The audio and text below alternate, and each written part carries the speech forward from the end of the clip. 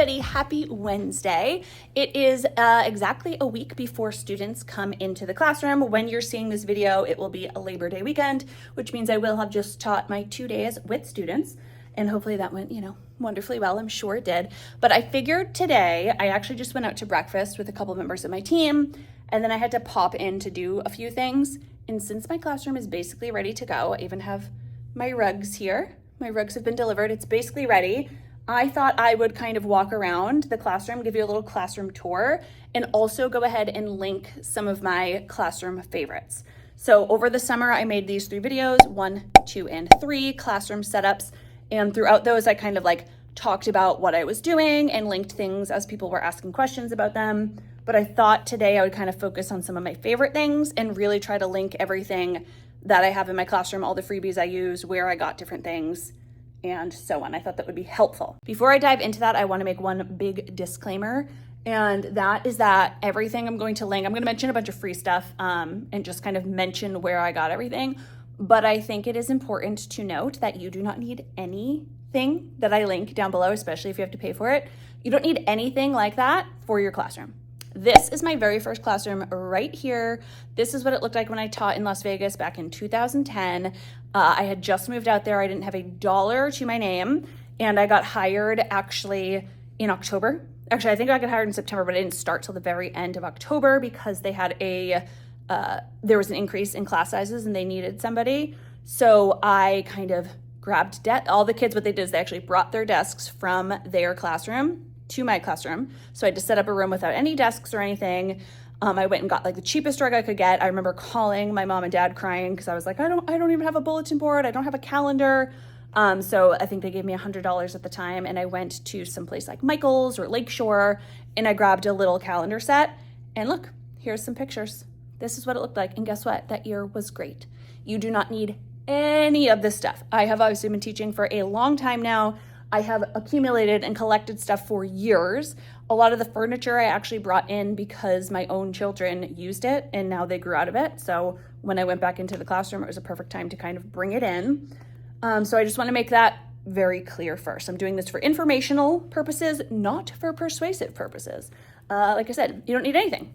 So that all being said, let me share some of my classroom favorites. All right, I'm gonna kind of walk the perimeter of the room. So let's start in the back corner over with our little play area and our toys. So if you watched my classroom setup video, you will know that I did a big change up when I'm talking about the layout of my room. So this year, the layout's going to be very, very different. This kidney table last year was here in the back, and now I have my play table. So starting with here, this is a old Pottery Barn Lego table that I used with my own kids and that I ended up bringing in. And then these chairs right here are from Lakeshore. Because this was already a low table, I wanted to offer some flexible seating and some cushy little chairs for them to sit in. And then right behind it, we have all the toys that my students typically play with. Now, since this is a favorites video, I thought I would share my most used toys are these little imaginary play sets or pretend play sets from Lakeshore. So this one is a panda one. Here we have little lions, and here we have little penguins. I wasn't sure how my kids were going to love them because they're marketed towards more toddler preschool age, but I love how much my kids use these. So this year, instead of storing them in the cardboard boxes that they come in, I put them in some bins to make it a little easier. Then, of course, we have Legos and Magnetiles and sand for them to play with, but these are their faves. Moving right along next to it, we do have a desk back here. This is going to be for a little quiet space, a little calming corner. I have this little how are you feeling chart. I got this off Etsy. And then this was actually in cursive from the poster. So once I purchased it on Etsy, it was only like $1.50 or something. I put it into Canva and typed that over it because I don't like things that they can't read. So I will teach my students, of course, how to read this and what this actually looks like when they need this space. And then I have some of their little calming tools, which are definitely classroom favorites. We have this 5-minute sand timer. I shared this on Instagram, but I love this sensory toy. It's called Nido, and no matter how many times you squeeze it or play with it, it goes right back into a wonderful little cube. It is so satisfying. So I have 2 of these in here. I also have these little magnet men that the students love, and then 4 of these kind of sensory little tubes that all just do different things. So this whole bin here, and actually I have some tactile stickers that I'll put in here too. This little bin is definitely also a classroom fave. Continuing to go left, I do just want to point out that all of these buckets up here, any rainbow bucket you see in this classroom is from Really Good Stuff. And yes, I did purchase them on my own. When I moved into this classroom, there were not any buckets for anything. It was a pretty empty classroom. So I went ahead and purchased all those. Going down to our iPads, this little docking station right here, it's a Belkin docking station. I originally had some big boxes that they were in, and they were pretty cumbersome. They were large, they were hard to get in and out of. So when we absorbed a position this year, I grabbed these instead. I can link them. They are expensive. I am not suggesting you purchase these yourself at all, but if you have a class set of iPads and maybe your tech support person is looking for something new, I really like these so far. I'll have to see how they go. I like the look of them. I can't imagine these will be difficult for kids though. Since we are over here by the iPads, speaking of technology, this year not only will my students have access to iPads, but they will also have access to Chromebooks, that big black container back there that has Chromebooks for all the students that we're going to pilot this year. So that's going to be exciting to kind of get them on there, practice typing skills, and see how that goes. And one of my favorite things for students to do on their iPads and Chromebooks is IXL. If you've watched my videos before, you know me and my kids love IXL. IXL is an online learning program for kids in grades K through 12, which has tons of skill-based activities, lessons, and games for teachers and parents to assign easily to their kids. Let me show you why I love it. Now, since it's the beginning of the year and my students will be just getting used to IXL, I think I'll actually go to the IXL skills plans and pick a fun summer theme for students to review.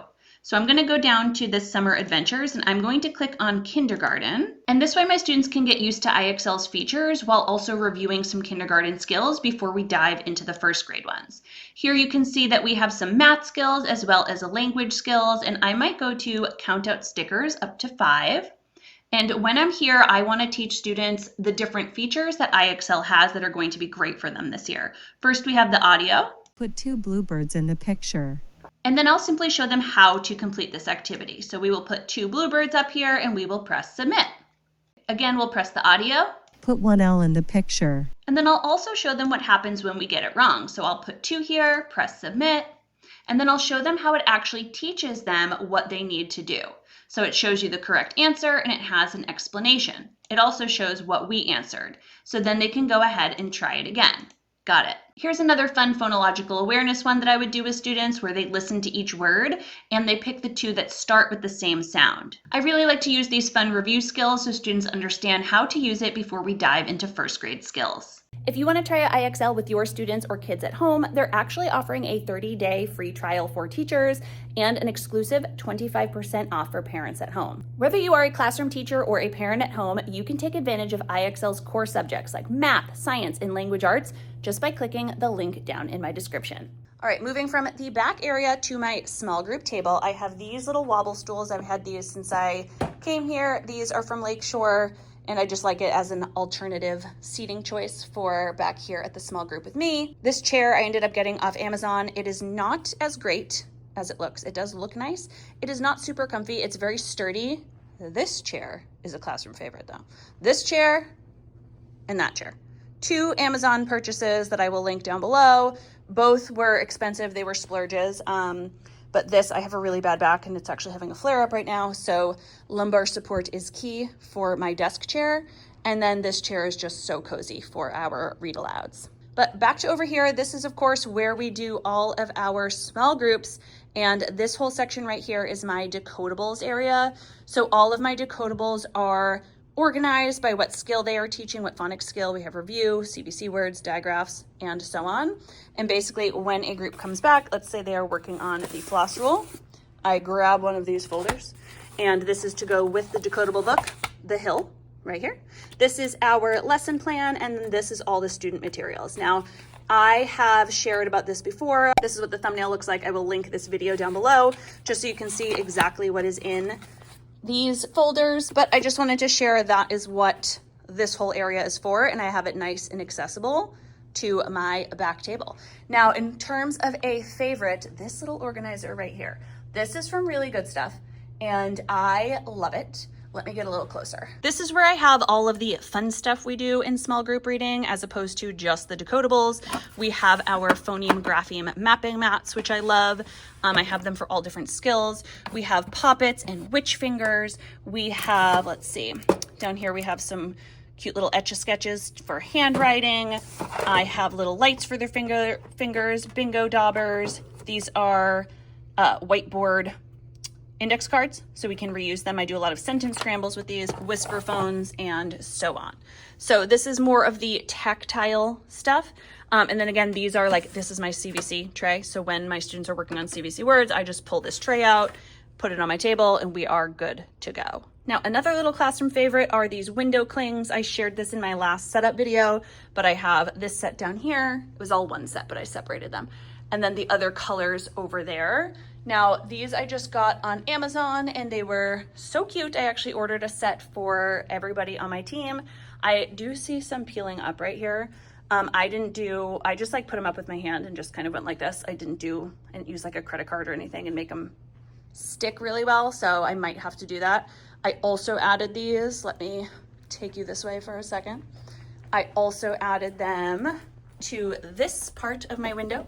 I'll show you the hallway afterwards, but this is how you can kind of see into the classroom. You can see into the classroom from over there. So I added them over there since I had an extra set too. So love the little window clings. They add a cute little touch. All right, over to my desk area. So I already mentioned this chair is an absolute favorite. The desk is fine. I got it from IKEA. I wanted a small desk and it fits the bill. I can't say it's a favorite. I don't feel like everybody needs to have it or anything, but it fits for exactly what I need it to do. I do, however, love this bulletin board. So I bought these felt squares. It actually came with 12 of them. I used 9 to make my own little bulletin board in this area. You can see kind of behind here, the wall was all messed up anyway, and I did want to use this as like a functional space. So I simply put those up and that has worked great so far. So I will definitely link that down below. These file folders, the hanging ones, they're magnetic. They are so sturdy. These are also from Lakeshore and I use them to hold different things that I need throughout the year. Up there I have like easy to access IEPs and information on all of my students. This one is empty right now because it will hold my emergency subplans. And then I have class lists, class schedule, and other things that I need to grab. Another favorite is of course my magnet calendar. I love using this calendar. It's basically like the flip ones that you see all the time, except I don't have it on like a curtain rod or anything to flip. So I just put up the magnet each day and I like how a little space it takes up. And I use a digital calendar anyway. I will link the digital calendar template that I use and I will link these as freebies too, down in the description. Now also these book ledges. Now I had a different set of book ledges when I first started. They were plastic and they had a big magnet on the back. And they broke. They did not carry a lot. They broke all the time, so I ended up getting rid of them. These ones are metal, and these ones are way better. You can see they can each hold at least 3 books. I have my little cute jelly cat pencil. And they hold these, and I kind of put these out based on the books we are going to read throughout the week to have them displayed, and these ones just work really, really well. Heading over this way, this is my Win organizer. I do have a whole video about Win. This is what the thumbnail looks like right here on the screen. And this is how I organize it. One simple little organizer which holds everything my students will need for a full week of Win, and that makes my life pretty darn easy. Heading over this way, I have my magnetic schedule on the board. These cards are nice and simple, and all I do to signify which part of the day we're on is move the little magnet. I actually usually have my classroom helper move the magnet down, or not my helper, my peer role model, which I'll show you in a second. But they just simply move the magnet to show us what part of the day we are on so we can see where we are going. And then let's see, above here, I made this new alphabet chart. It is completely for free. The letters align with HMH into reading. So I will link that down below just in case you use that program, or if you just want a new alphabet chart, you can go ahead and use it. Getting out of breath, I'm gonna sit in my very comfy chair. I already mentioned this chair, but honestly, it's so cozy. Whenever somebody comes and visits in the classroom, they wanna sit in it. I don't think it was too expensive. I mean, I'm sure it was like definitely over $100, but it's a nice little rocking chair and it honestly is super cozy and it was pretty easy to put together. So This is definitely a classroom fave. All right, another stupid expensive classroom fave that I am not urging anybody to buy at all because this was a very expensive easel. I do, however, love it, and it is a great easel. So I do want to share that. It has so much storage. It has all the bins that you need. Let's see, there's 8 of them. It has 2 sides, one for a big pocket chart, one with a whiteboard, and instead of using the whiteboard, I typically use these Post-it papers, which I love. They're the sticky notes. Love this easel. Do not recommend purchasing it on your own because it's about $600, but it is a great easel if you happen to be on the lookout for one or if somebody miraculously wants to buy you one. All right, big time classroom favorite, Little Spot of Feelings. I do a unit with this book every single October and I love it. I also got the little stuffies that go with it because we really focus on one each day. I also have one of the expansion ones. So this is the main 8 that kind of come with it.